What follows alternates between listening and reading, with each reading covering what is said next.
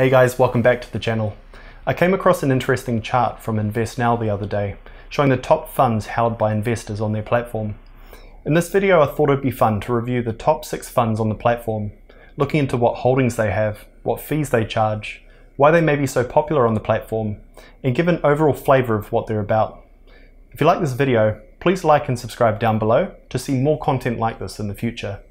Let's get into it. So here we have a chart of InvestNow's most popular funds. Here we're looking at the top 30. However, in this video we'll be narrowing down to the top 6. And those top 6 are the Vanguard International Shares Select Exclusions Index Fund, the Smartshares NZ Top 50, the Smartshares US 500, the Vanguard International Shares Select Exclusion Index Fund, New Zealand Dollar Hedged, same as the first one, but hedged this time, A&P Shares Index Fund, and we have the Smartshares US Large Growth Fund. In all transparency, I own 2 of these. I own the NZ Top 50 Fund and also own the US Large Growth Fund. So let's step into the first fund, which is managed by Vanguard, one of the largest investment managers in the world. As we can see here from their Wikipedia page, they manage around $7 trillion of global assets. And they're the largest provider of mutual funds and the second largest provider of exchange-traded funds in the world. So if you invest in this fund, you're investing in one of the largest asset managers globally. When we look at their website, what we can see is that the investment objective for this is to track the return of the MSCI World ex-Australia, ex-tobacco, ex-controversial weapons, ex-nuclear weapons. So we can see that it has a slight ESG tilt. One of the interesting things is that they exclude Australia, and I think one of the main reasons for that might be the mining industry.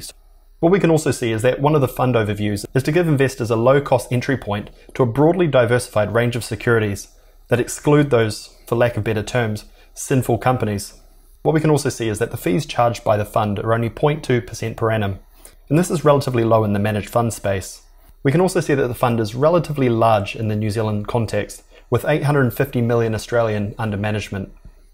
When we look at the returns, it has definitely been an outperformer, with 1-year returns of 27%.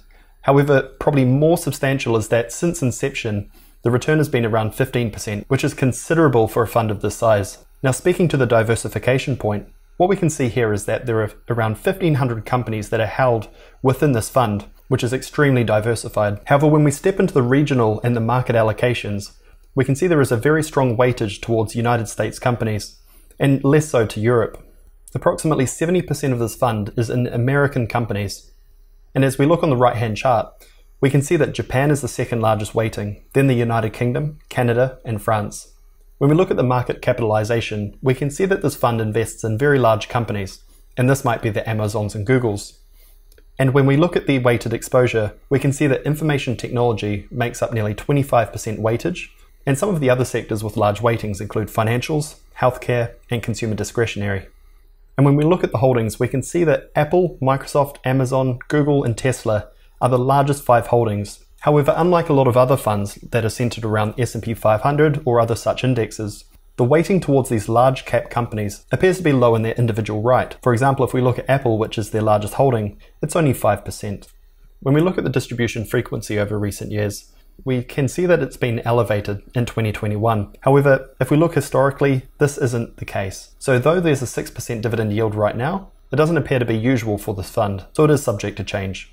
So in summary, it's likely that a lot of investors on InvestNow have put their money into this fund because it is a low-cost way to get exposure to many of the large US multinationals with an ESG tilt. The other good thing about this fund is it is highly diversified, which, as we'll see with some of the other funds, isn't quite the case. So that brings us across to the New Zealand Top 50 Fund, which is one that I personally own. Now, as we did for Vanguard, it's important to look at who Smartshares is. So Smartshares is owned by the New Zealand Stock Exchange, or NZX, and is New Zealand's largest provider of exchange-traded funds. Now, the difference between an ETF, which Smartshares offers, and a managed fund like what Vanguard offers, is that an ETF can be traded on the stock market, just the same as regular shares. So it's extremely easy to buy and sell into your positions. When we look at the website, this fund is designed to track the NZX50 portfolio index. Now, this isn't the same as the usual NZX50 index, as this one has a maximum 5% cap on any single holding. What this means is that every time they rebalance the portfolio, they try to bring all the positions to 5% or less. And what this does is it ensures that there isn't a concentration risk in any one single company.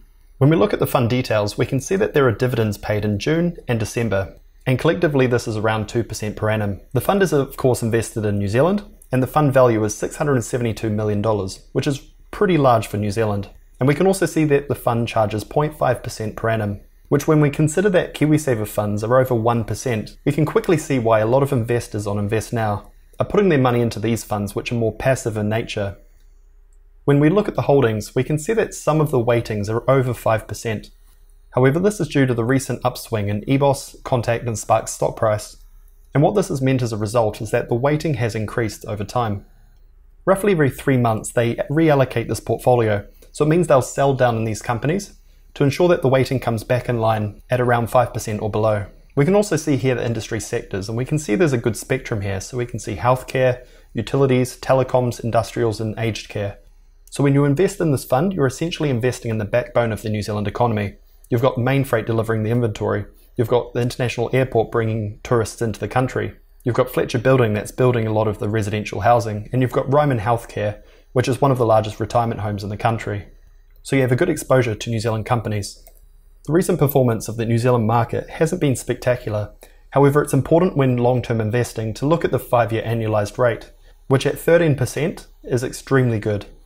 And this is what many of the investors will be looking at. Here we look at the table of dividends, and we can see that there is roughly 2 cents paid out every 6 months. Historically, this has been a little bit higher, especially before COVID, so some dividend investors might be interested in this fund and hoping for the investment yield to come up over time. So in summary, the New Zealand Top 50 Fund is a low-cost ETF that tracks some of the largest New Zealand-based companies. It's also rather diversified among 50 companies, which is around a third of the stock market, and has the benefit of the low concentration risk due to the portfolio index having a maximum weightage of 5% per stock. The third most commonly invested fund is US 500, and what this is designed to do is to track the Vanguard S&P 500 index, and this is one of the common gauges of the US market. One thing to take note of with this fund is that it's not hedged to the New Zealand dollar. If there's movements between the New Zealand and the US dollar, this will have an impact on the performance. When we look at the fund, it again makes dividend payments in both June and December, and has a relatively lower dividend yield at 0.88%. You can also see the geographic focus is of course on the US, and the fund value is around 430 million New Zealand dollars. What you can also see here is that the fund charges 0.34%. When we look at the top 10 holdings, you can just see ticker VU, which is another Vanguard fund. So what we need to do to actually research what's in this fund and what we're actually investing in, we have to go to the Vanguard website. We can see that information technology is a 28% weighting in this fund. We can also see healthcare and financials, consumer discretionary, and communication services all above 10% weighting. So it's relatively diversified. What we can also see is that there's 507 stocks within the fund.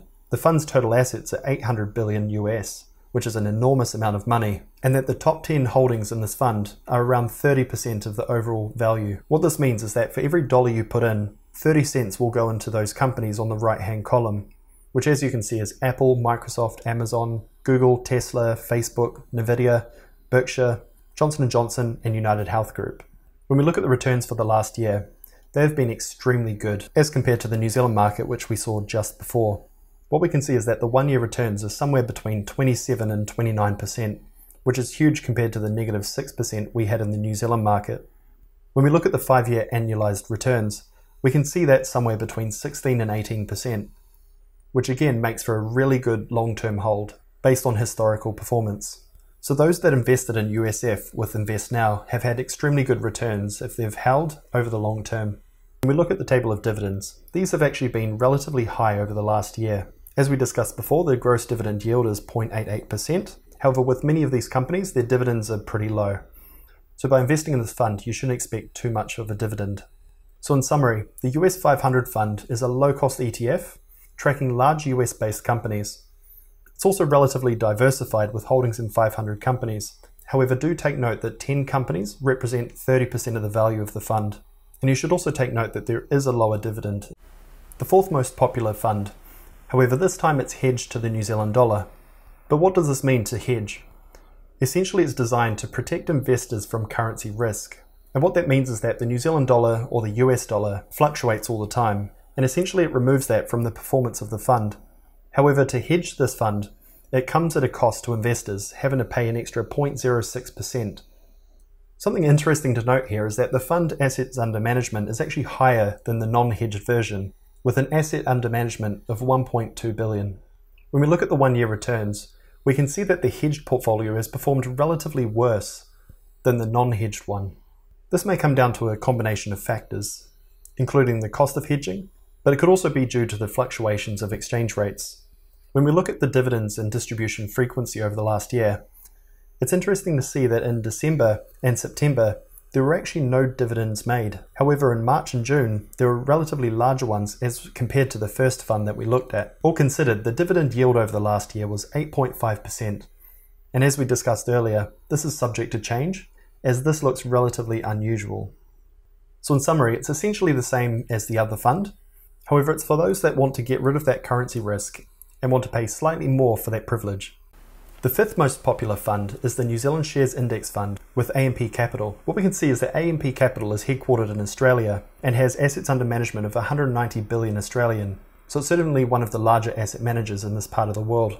When we look at the fund overview, it's to track the NZX50 index in a passive way. And the fund currently has 133 million under management, which is smaller than some of the Smartshares funds that we looked at earlier. When we look at the fees charged, it's a little bit lower than the Smartshares funds at just 0.31%, while Smartshares is charging 0.5% for their portfolio index. If we look at the performance, the last year it's down 9%, which is worse than what we saw with Smartshares, as this fund doesn't weight their holdings to a maximum of 5%. So some of the larger caps have been declining in price at a faster pace than the broader market. However, if we look at the 3-year returns, they are still pretty good at 10.5%. When we look at the top 10 investments, what we can see is that there's a large concentration in Fisher & Paykel Healthcare, Auckland Airport, Spark, Mainfreight, whereas we didn't have that with the FNZ fund. What we can also see is that the top 10 investments make up 60% of the fund, so it's incredibly concentrated in just 10 companies. However, we can see that it is again diversified in terms of the sectors, having exposure to healthcare, utilities, telecoms, industrials and aged care. So in summary, it's a low-cost ETF tracking some of New Zealand's largest companies. And this would be a good fund to invest in if you believe in the biggest companies New Zealand has, the likes of Fisher & Paykel Healthcare, Auckland International Airport, Spark, mainly some of these New Zealand household names. And lastly, the 6th most common fund in InvestNow is the US Large Growth Fund, NZX ticker USG, and is designed to track the CRSP US Large Cap Growth Index. Something else to take note of here is that it's not hedged to the New Zealand dollar, so it will be affected by currency movements. What we can see here is that there's no dividend yield for this fund, and there's a geographic focus in the US. Another thing to take note of here is that the total fund value is 195 million New Zealand dollars, and the fund charges 0.51% as its management fee. Again, when we look at the holdings, there's another Vanguard fund here called the Vanguard Growth ETF.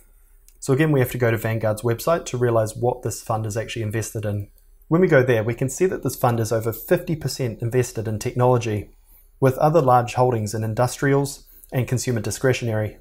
We can also see there's a limited number of stocks with just 267, and the fund has 169 billion US under management. We can also see that there's a concentration in the largest top 10 holdings, which we can see on the right-hand column, of 51.6%, which means if you put $1 into this fund, 51 cents goes into one of those companies. When we look at the returns, it has again outperformed the New Zealand market, with returns somewhere between 18 and 20% in the last year, and over the last 5 years, 21 to 23%. And this is due to the performance of that tech sector, which constitutes 51% of this fund. When we look at the dividends, the last one was paid out in 2015, so we shouldn't expect any dividend yield to come in the near term. So in summary, this fund is again a low-cost ETF that tracks large US-based companies. However, it does come with a concentration, with over 50% of the fund in just those 10 companies. When we look at the industry, it is again concentrated in just 2 sectors, being technology and consumer discretionary, with over 75% of the fund invested in these sectors. So what's my final thoughts? The first one is that it's really interesting to know that on InvestNow there's over 150 funds. However, the top 6 are all passive funds that track an underlying index. This is also interesting because on the likes of Hedged and Sharesies, you can actually invest into similar funds as well. However, the good thing with InvestNow is that there are 0 fees, so it suggests that many of the InvestNow investors are actually buying and holding and potentially dollar cost averaging over time, making use of the 0 fees. Another interesting insight is that all of these funds had very low cost, and anyone that knows InvestNow knows that there's a very wide spectrum of options, many of which have fees that are substantially higher than 1%. So low-fee passive funds seem to be a very common theme. And the last thing that really surprised me was that there were many Smartshares funds that were in this list. And a reason why this might be the case is due to the FIF tax laws, which essentially taxes those in New Zealand that invest over $50,000 in the US. By investing in a Smartshares US fund, you're still investing in one of these managed funds by Vanguard. However, it won't be subject to the same FIF laws as if you directly invested in those funds themselves. So there you have it, guys. If you like this video, please make sure to like the video and subscribe to my channel. I'd really appreciate it, and it really helps out the channel. If you have any comments, questions, or want to share what funds you're currently invested in, please comment down below and I'll be replying to everyone that posts. Thanks for watching, and I'll catch you in the next one.